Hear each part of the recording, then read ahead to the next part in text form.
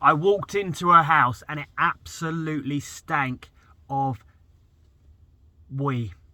I was going to say the rude word then, but it stank like overwhelming stench. Medium latte, extra hot. Episode, are we 56? I think we're 56. I'll check. I might be wrong. Don't hold me to that.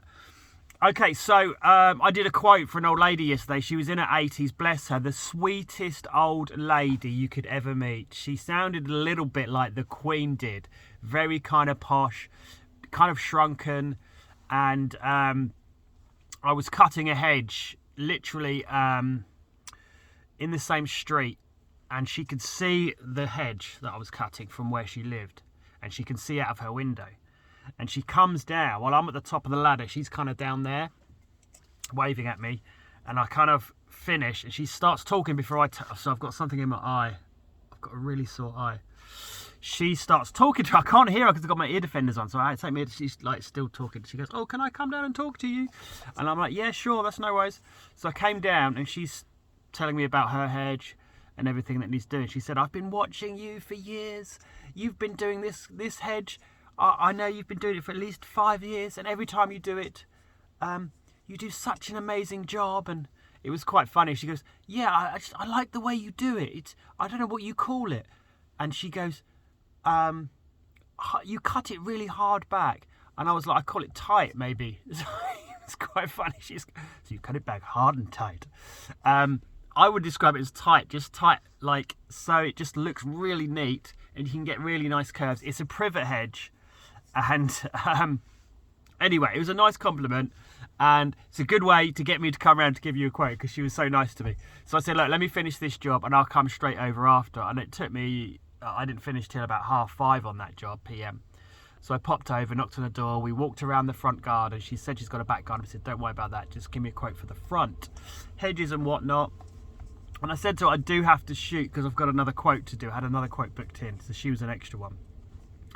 And she agreed the price. She was happy with that.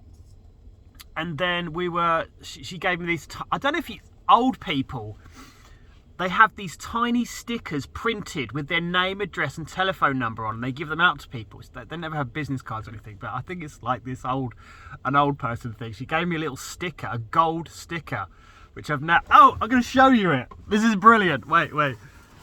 Actually, no, I can't. It's got a name and address on. It's probably not a good idea putting a name and address on the internet, but you know what I mean. If you've ever seen them.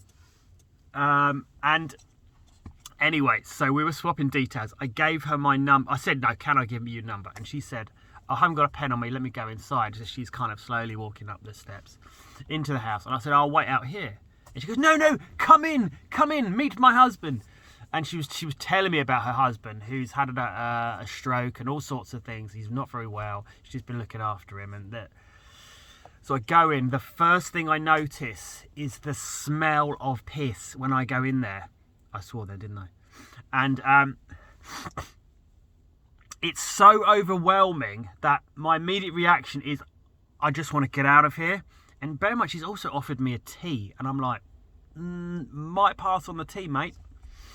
And I go in there and I can hear the husband. She goes, "Go into the lounge." So I go into the lounge and, like, have you ever seen the Hoarder program? Oh my God.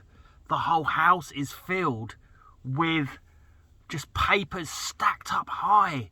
And, like, they can't move. There's just enough space to get into the lounge. And he's just sat there and we're chatting. Look, they're a lovely couple. I don't want to knock them. But it is a little concerning.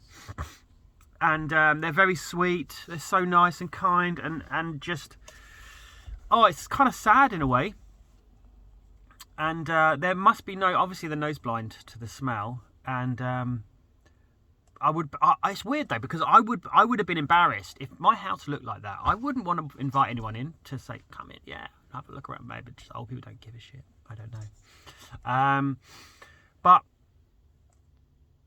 yeah, I gave her my number. They were very talkative. They had a lot of talk, and I I didn't really have time to sit around and talk, and I didn't really want to be honest because it smelled so bad. I made my excuses. Well, I had to go anyway. I was running late, but I do feel for them. They're a lovely couple, and I'll be doing their job in the next couple of weeks. So hopefully I can make their garden nice for them, and they can, feel a bit happy about that. Anyway, have a great day. Enjoy life. Enjoy the nature. And I will see you on the morrow. Don't forget, like and subscribe. Smash the notification button if you like my little updates. See you later. Bye.